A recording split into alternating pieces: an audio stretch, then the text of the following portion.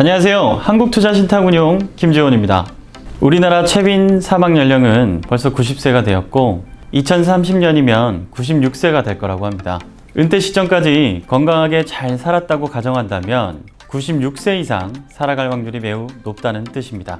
생각보다 오래 살 수 있는 통계가 놀라우실 텐데요. 생각보다 긴 우리 노후를 위해 어떤 준비가 과연 필요할까요? 건강과 연금 관리를 대표적으로 꼽아볼 수 있을 것 같습니다. 그중 연금 관리는 은퇴 후 30년 이상 우리의 삶의 질을 결정짓는 매우 중요한 요소지만 아직 먼 미래의 일이라고 생각하다 보니 크게 관심을 갖지 않는 것이 현실입니다. 이번 기회를 통해 연금의 중요성과 관리 방법에 대해 정리해 보시는 시간이 되셨으면 좋겠습니다.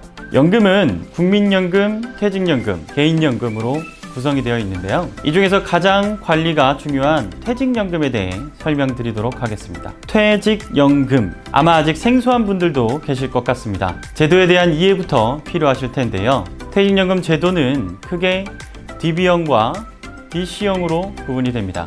어떤 제도가 더 유리할지 궁금하시죠? 결론부터 말씀드리도록 하겠습니다. 나는 앞으로 임금 인상폭이 클 것으로 예상된다고 하시면 DB형이, 나는 임금 인상폭이 작을 것으로 예상된다면 DC형이 유리할 수 있습니다. DB는 회사에서 여러분의 퇴직금을 차곡차곡 쌓아두었다가 은퇴할 때 일시불로 지급해드리는 것입니다. 그럼 얼마나 받게 되냐고요? 은퇴 직전 3개월 월급의 평균치가 기준이 되고 있고 3개월 월급 평균의 근속연수를 곱한 금액만큼 지급됩니다.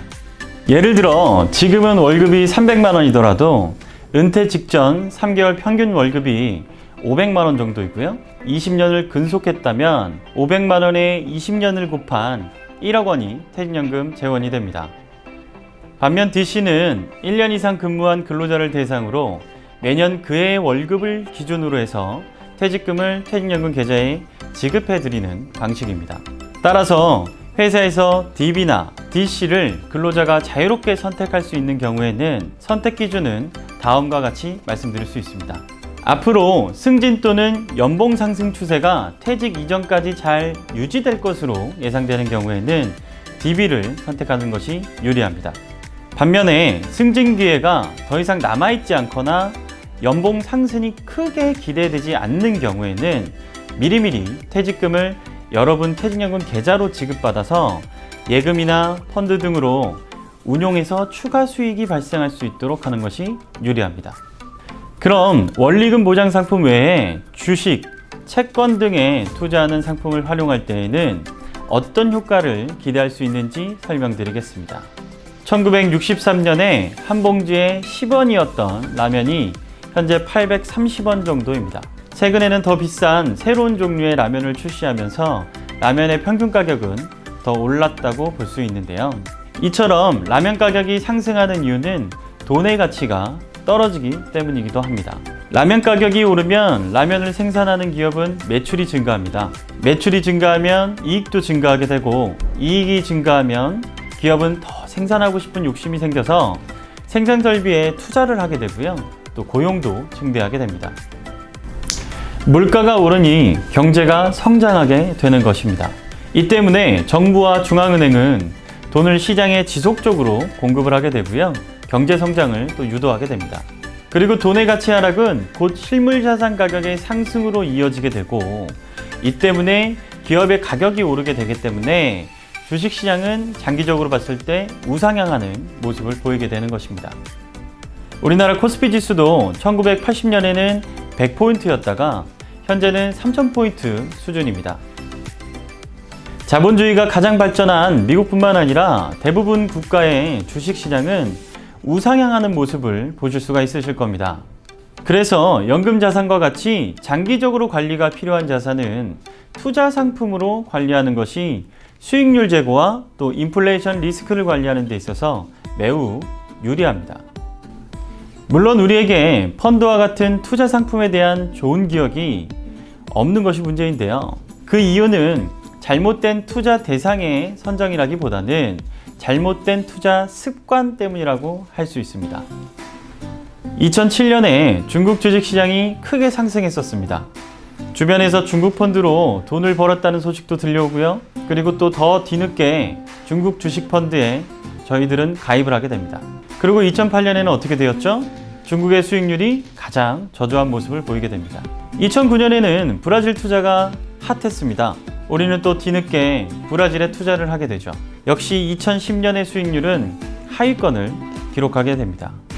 매번 우리는 가장 좋을 때 투자해서 가장 좋지 않은 구간을 지나게 되는 좋지 못한 투자 습관이 있었던 것입니다. 이처럼 어떤 투자 자산이 좋을지 예상하는 것은 매우 어렵습니다. 따라서 장기적으로 화폐 가치 하락에 따라 실물 자산 가격은 우상향한다는 대전제를 믿고 분산 투자를 하면 비교적 좋은 결과를 기대할 수 있습니다. 보시는 바와 같이 모든 자산에 분산 투자한다면 연도별로 중간 정도 수준의 수익을 달성하겠지만 장기적인 모습을 보게 되면 자산 배분 펀드의 수익률이 상위권에 위치하는 것을 볼 수 있습니다.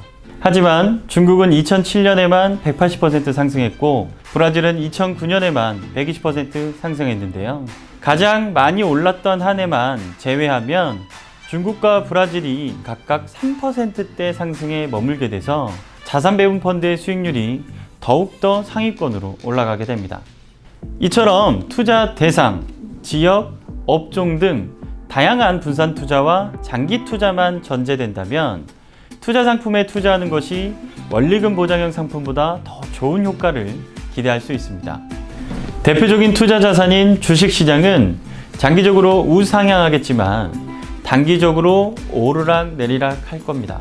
그럴 때마다 많이 불안하시겠지만요. 5년, 10년 또는 그 이상 장기 투자를 한다면 충분히 좋은 투자 기회로 활용하실 수가 있습니다. IMF 등 경제 위기가 발생하더라도 주식시장이 회복하는 데 3년 정도 소요가 되면 모두 정상으로 돌아왔습니다.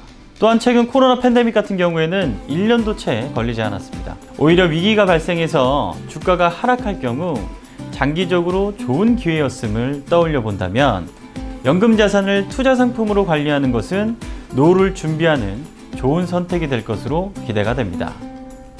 우리의 노후를 일선에서 책임질 국민연금의 취지는 매우 훌륭한 제도입니다. 하지만 아쉽게도 출산율 하락과 같은 많은 요인들로 인해서 국민연금에만 의지하기에는 부족함이 있을 수 있습니다.